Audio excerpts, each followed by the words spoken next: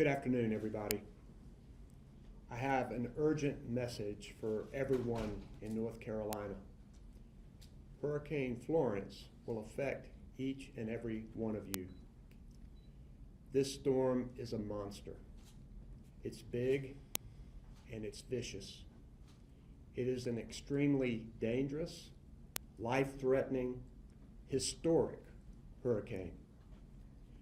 That's why I'm ordering a mandatory state evacuation for our barrier islands. And I'm directing the people of North Carolina to obey local evacuation orders that have already been issued and will be issued along our coast. The waves and the wind this storm may bring is nothing like you've ever seen. Even if you've ridden out storms before, this one is different. Don't bet your life on riding out a monster. If you wait until conditions get bad, it may be too late to get out safely, and you also put first responders at risk. Driving on flooded roads can also be deadly. The time to hope Hurricane Florence away is gone. Our coast is under a hurricane watch, and likely it will take the first strike from Florence. Strong, damaging winds and torrential rain will stretch far inland. Rain in some places will be measured in feet, not inches. Wherever you are in North Carolina, get ready for Florence now. Last night, the President granted my request for a federal disaster declaration so that federal funding and resources can come quickly for North Carolina. We want you to make sure that you're ready for extended rain and wind, and we cannot expect this storm to blow over in a matter of hours. In fact, this forecast shows Florence stalling over North Carolina, bringing days and days of rain to some areas. Utilities say expect to lose power for several days, and maybe longer. Know that the storm surge will inundate low-lying areas. Rivers will flood their banks. Preparation is our best defense. And if you haven't already, the time to prepare is now. We're fortunate to have a strong team in place for preparing for this storm. We have Public Safety Secretary Eric Hooks to my right. To my immediate right, we have Emergency Management Director Mike Sprayberry. To my immediate left in the back is Secretary Jim Trogdon, our Secretary of Transportation. We also have Colonel Glenn McNeil, the commander of the North Carolina Highway Patrol. And we have Adjutant General of the North Carolina National Guard, Major General Greg Lusk, who's here with us. And Monica McGee is providing our interpreting today. North Carolina's outstanding emergency responders are working 24 hours a day to be ready. I'm going to recognize Mike Sprayberry, the Emergency Management Director, to give you some more specific details about what we're doing. Mike? Thank you, Governor. I'll be short. First of all, I just want to say that everyone needs to heed the evacuation orders that have been issued by their local jurisdictions and by the governor. I would say do it today, especially those with medical support needs. Do it today. I would also tell you that the State Emergency Operations Center remains activated at a 24-hour basis. We're here with all of our state emergency response team partners, and that our federal agency, the FEMA agency, is here in full support. They've stood up an incident support base at Fort Bragg with commodities. Urban search and rescue teams are incoming along with swiftwater rescue teams. So we're getting more resources all the time to be prepared beginning tomorrow when we'll have to engage in the response. Finally, I'd just like to say that this storm is going to be unprecedented. It will have an unprecedented effect for the citizens and visitors in North Carolina. Take it seriously. Heed the evacuation orders. Thank you very much. Now I want to recognize the Secretary of the Department of Transportation, Jim Trogdon, to give us a little briefing about what's happening with the department. Secretary Trogdon. Yes, thank you, Governor. North Carolina Department of Transportation is readying our crews across the state. We have approximately 2,100 people that will be responding to this storm.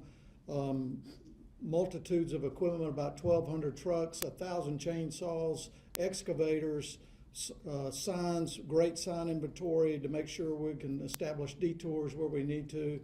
And we're also doing things like providing support to emergency management for unmanned aerial systems or drones. We have the only unmanned aerial system or drone traffic management capability in the state, so we'll be supporting the Division of Emergency Management with that kind of response. Our ferry crews have been supporting evacuation on all of the barrier islands. They'll continue that through tomorrow morning, and then we'll be mooring all of those vessels for the storm to pass. We're also establishing a hub of support in eastern North Carolina at the Global Trans Park. That will be supporting both state response and federal response with supplies, boat rescue, medical supplies, all of the things that we need, as well as an incident command. We'll be supporting that effort there. And that concludes my update. Thank you.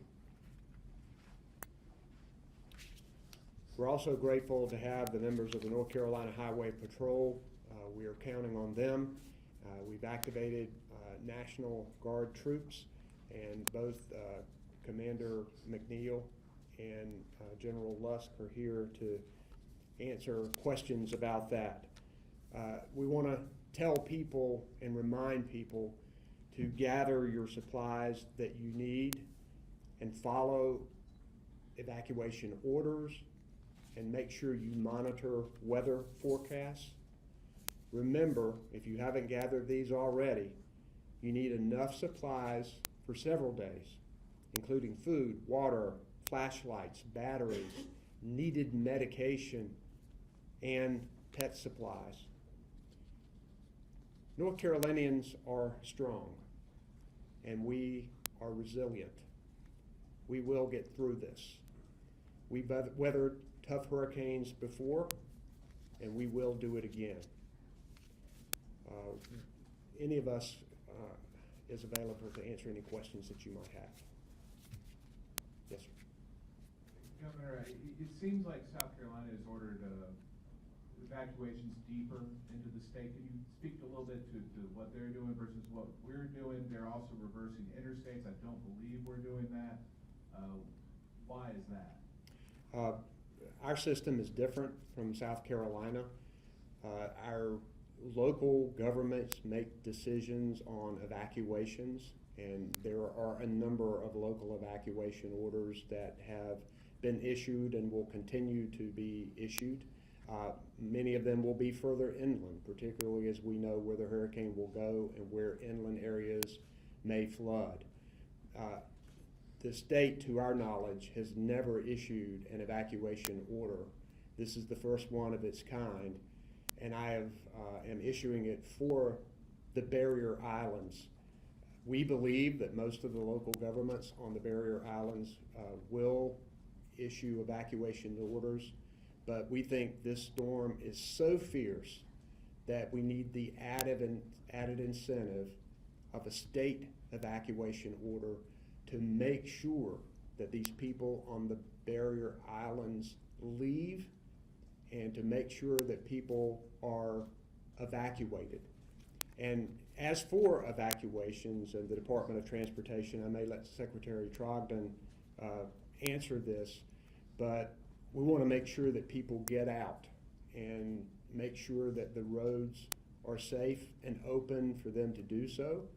The Department of Transportation is working to make sure that that happens, along with our highway patrol. I think our highway system is different from South Carolina's, but what I might do here is ask Secretary Trogdon to address this question too. Thank you, Governor. Yeah, unlike Charleston area, and we're in coordination with both South Carolina and Virginia, but unlike Charleston, really high density population there that's only served by one major facility. In eastern North Carolina, all the way from Brunswick County up to Morehead City, we have lots of evacuation route alternatives with a much more dispersed population. All of our routes are green. And we've also flexed additional motorist assistance patrols to make sure that we're responding to vehicles that may be slowing down or broken down. So all of our routes are green. We're going to continue to monitor, but we believe with this kind of lead time, our existing facilities and infrastructure will support our evacuation needs. And then if I could just ask a follow-up to clarify something. I believe there's something called the CRESS, the Coastal Regional Evacuation Plan. Has that not been activated yet, and will it be activated? Is that on the table then? Yes, sir. That's the Coastal Regional Shelter and Evacuation Plan, just like you're talking about, and it has been activated, and we've been working with our eastern counties and our central branch counties to effect that. So folks that are evacuating to the west, we try to make sure that they have a place to evacuate to.